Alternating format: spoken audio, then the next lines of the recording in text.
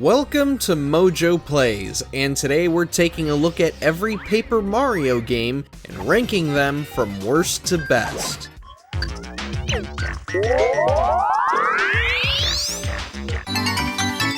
Before we begin, we publish new videos all week long, so be sure to subscribe to MojoPlays and ring the bell to be notified about our latest videos.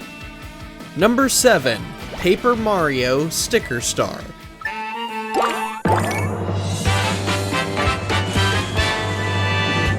It is honestly no surprise that Sticker Star is regarded as the worst in the franchise. Keep in mind that it isn't an awful game in the vein of most notorious games like E.T. for Atari. It features some interesting ideas in its heavy focus on using items. There's a lot to consider in which items can take down enemies quicker and which should be saved for boss fights or bigger fights in general. However, as an RPG and as a Paper Mario game, it fails in just about every other aspect.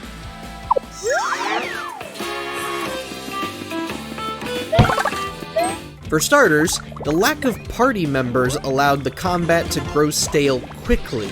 We're not opposed to playing as Mario primarily, but the stickers only did so much to change strategies and did nothing to raise the difficulty. Then there was the backtracking. Oh, the abysmal backtracking! If you ever hit a roadblock in one area, it meant you had to go back to some other area, sometimes with no clue as to where you should be going next. Really, Sticker Star just did not respect the player's time and failed to follow up on what used to be a universally acclaimed series. At least the music was decent.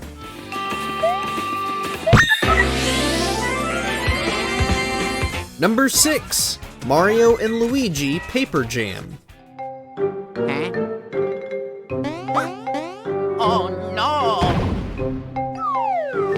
At first, this seemed like a neat way to mesh the Paper Mario and Luigi fan bases together to maybe introduce one side's peanut butter to the other side's chocolate. That is the goal of crossovers in the first place, right?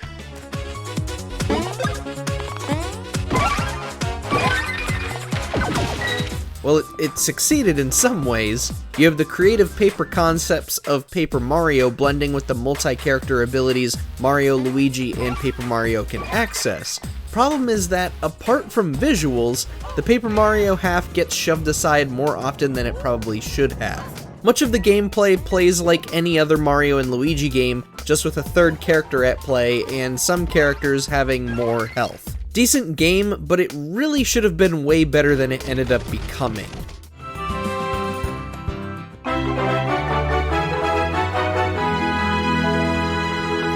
Number 5. Paper Mario Color Splash.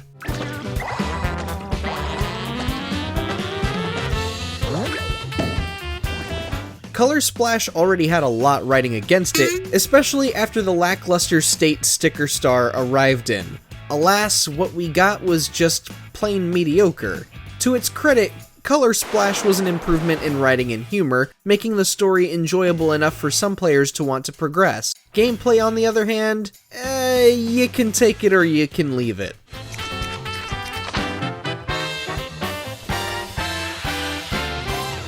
Sure, there were some neat ideas in using a hammer to restore color to the world, and some of Mario's new transformations were creative. However, the tedium can set in rather quickly. How often can recoloring flowers be satisfying? After about 5 minutes? Not very. If you wound up just booking it for the finish line, we honestly can't blame you.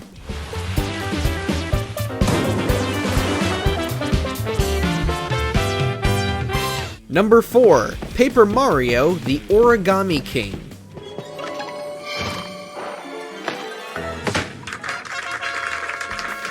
At first, Origami King seemed like a step back in the right direction for the franchise, almost like Color Splash did.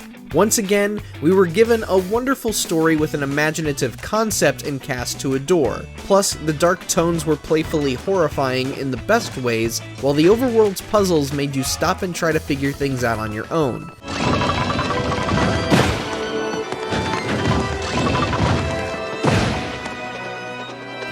And we'd be lying if we said we didn't get a kick out of tossing confetti into the air and watching it stick to gaping open spots. But then you get into the combat. Look, the whole rotate the circles to maximize your damage is cute and all, but some of the fights can be a bit much when you start throwing in arrows that affect Mario's movement and limited number of times to shift positions. It's a good concept overall, but it kinda makes the game hard to recommend to anybody who doesn't already have a mild desire for puzzle-based mechanics.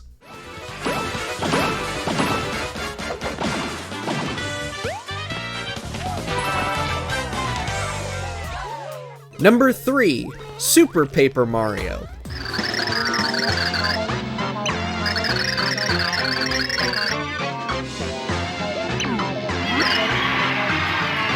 From an outsider's perspective, you would think Super Paper Mario would be widely despised on account that this was the first major stray away from the traditional turn-based combat with timed inputs. Besides, how in the world do you make an RPG platformer? Well, you make combat real-time as you would with usual action RPGs, but what really carries Super Paper Mario are the unique pixel powers that change the way you explore every level.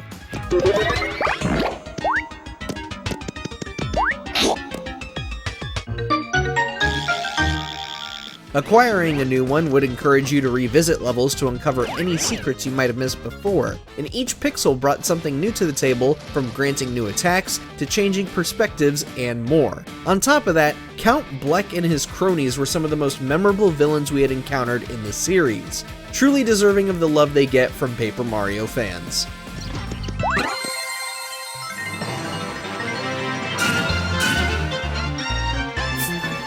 Number 2, Paper Mario.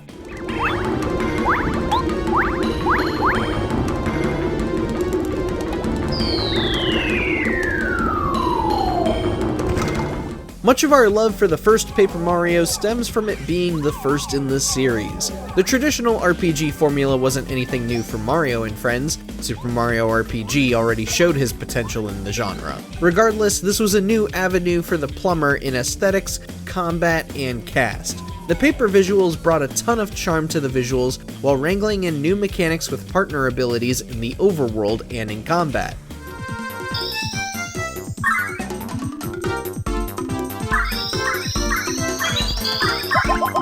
Speaking of the combat, it brought the right amount of difficulty in the perfect areas where things weren't too easy, but also weren't difficult enough to frustrate younger players. In other words, it was an RPG almost anybody could enjoy, regardless of age or skill level.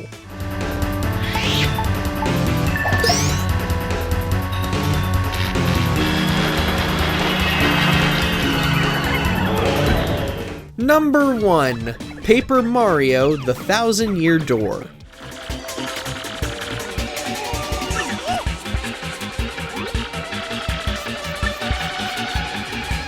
It's impossible to really be surprised that our number 1 pick is The Thousand-Year Door. So many of us swear by this game as the de facto Paper Mario game that everyone should play.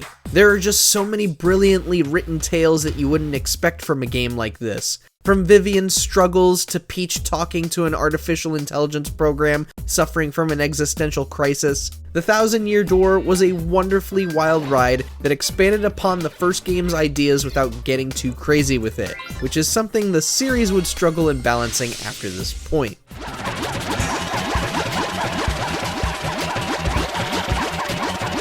And then you have the various settings like the mysterious Rogue Port, the beautiful Petal Meadows, and the intimidating Glitz Pit Arena that really burst with creativity in their lore and characters. Really, if you've never got the chance to play the original on GameCube, you absolutely need to pick up the remake on Switch.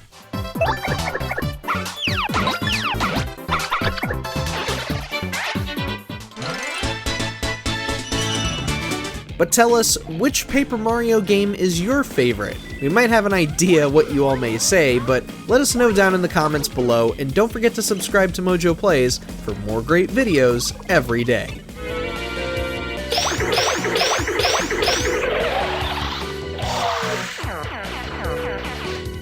Thanks for watching. If you enjoyed the video, there's more where that came from.